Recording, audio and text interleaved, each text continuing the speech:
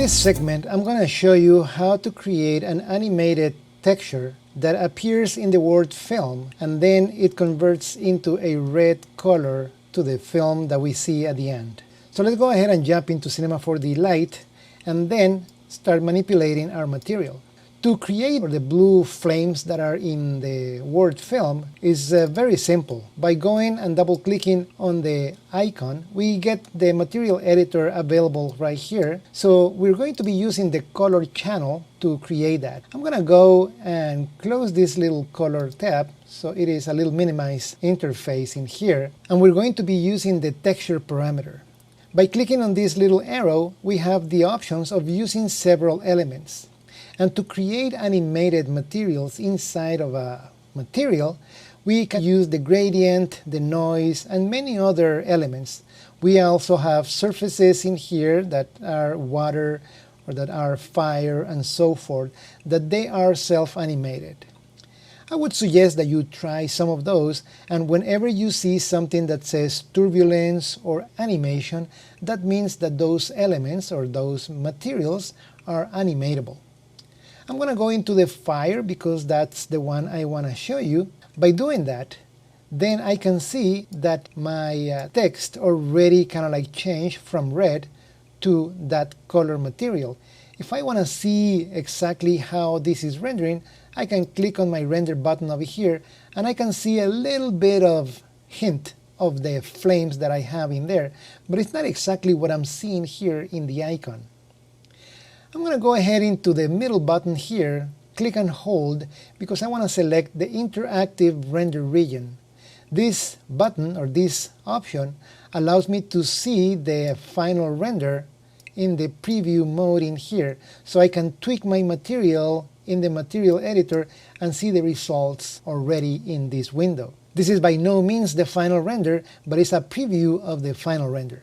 The material that I have selected here, it looks pretty much like fire, but when I see the render, it doesn't look exactly like I was hoping it would. So what I'm going to do first is that I'm going to change how this image or this material is being projected into the text. To do that, I'm going to close the material editor and I'm going to go inside of the fracture and look for the film extrude object. That's where my material tag was applied. Any object that is generated within Cinema4d, it has something called the UVW coordinates, which are built in, and we don't know exactly how they are actually falling into the object. But we have the ability to change how the material is projected into any object.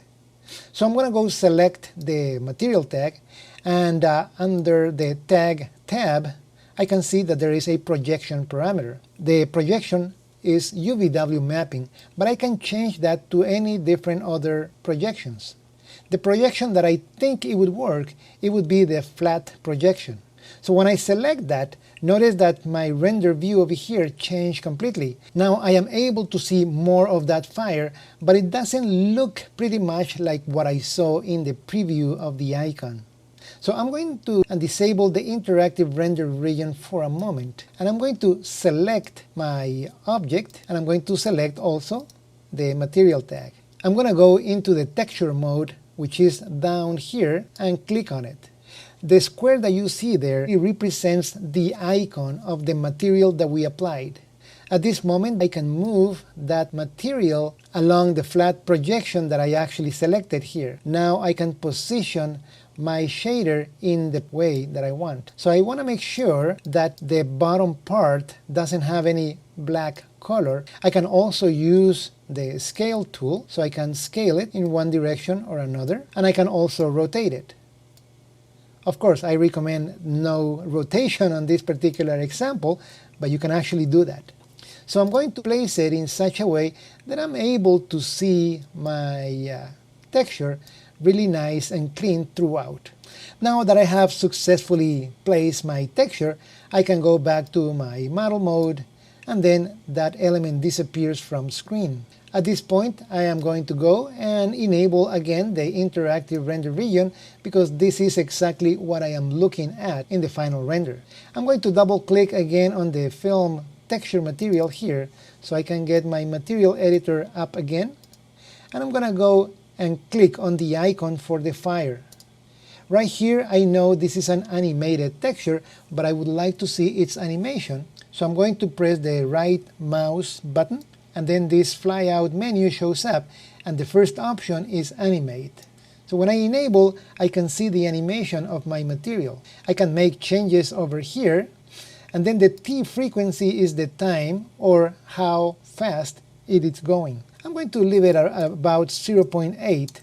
The turbulence takes care of how these flames are moving around in there. So if I put 0.1, you will notice that this is moving just a little bit.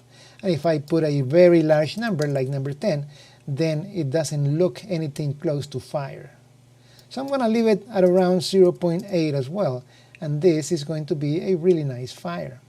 Now in our animation, our fire or our animated texture was blue. That means that I'm going to have to change all these colors to a color blue. Every time that you see a gradient in Cinema 4D, you will see a little triangle next to it that you can disclose, and then you can load presets if you want. So if you have a preset that you like, you can select it, and then this would be your fire. I'm going to undo that change, because what I want is to have these elements removed by clicking and dragging them out. So now I only have red fire. And to make blue flames in my material, I just need to change this red tab to a blue color. I can move these tabs around, and I can place them anywhere in the gradient, so you can control how your gradient is going to look in your material. Alright, so I'm going to leave it somewhere around this area, so it feels a little more closer to the example that I show you. At the bottom of the channels, you can see that there is an editor option. So I click on it, and I make sure that I click on Animate Preview. That way, whenever you close this material and you do not have your interactive render region, and when you move your timeline, you will see that preview animating. Alright, so we created our animated material, but then we have to create the transition between the blue flames into the red color underneath. To do that, we need to create a different type of shader. So let's go ahead and double click on the film material to get the material editor once again available here. And we're going to go into the color channel once again. Right here in the texture, we're going to change our fire material to something called the fusion. The fusion is one effect that will take the current material that is applied in there, and then it will be able to give us the possibility to add another layer of video or material. So we are not getting rid of the fire, we're just using the fire inside of the fusion material. So I'm going to select that, and then the material seems to have been gone. But if you click in the icon or the word fusion in here, you will see that the fire material continues to be here. Now it is the base channel, and the blend channel is going to be the red color that we selected. So we're going to click in this little triangle and select a color.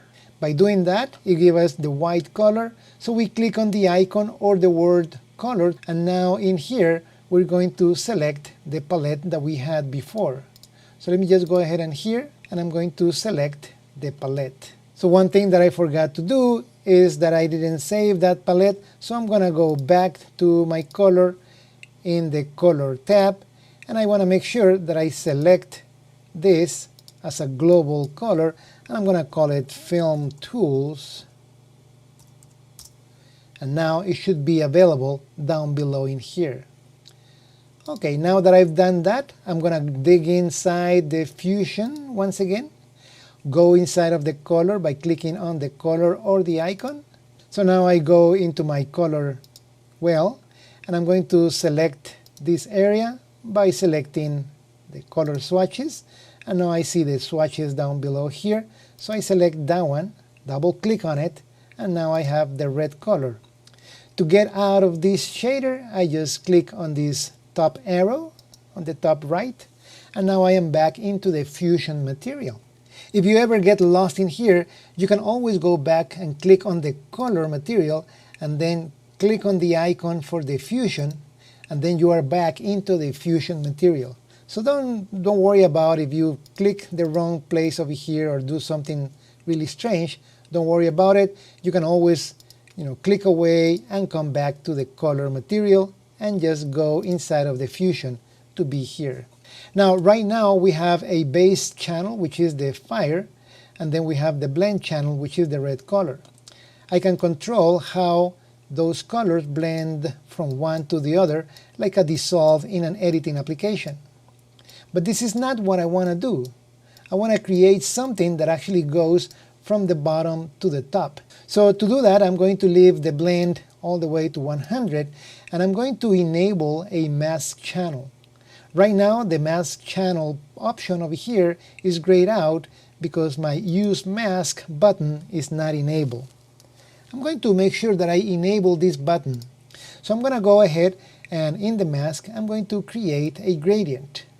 So this is like a black and white matte used in editing application. I'm going to animate this gradient in a way that is going to go from the bottom to the top. So I'm going to click once again into the icon of the gradient or the word gradient right here. Now I am inside that gradient and I'm going to change the type of gradient. I want it to go in a vertical, so I want to change that to 2D V. So if I get these two tabs very close to each other, you can see that I am able to clearly identify that the white color of my gradient exposes the red at the top and the black hides the red color. So this is exactly what I'm going to do, and exposing the red color from the bottom to the top. Now this is the time that we have to look our timeline and then figure out when are we planning to start revealing the red color. So I would say that I'm going to start around frame 100 right here to reveal my color. So I'm going to switch these colors like this because the red is supposed to come from the bottom. Now if I move all the way down here, there is no red in my text, and then I will create a keyframe on the gradient. Now that I've done that, I'm gonna go all the way to probably 180 or 190, and then I'm going to move these tabs all the way until I can see that my text is completely red all the way at the top, right there, and then add another keyframe to the gradient.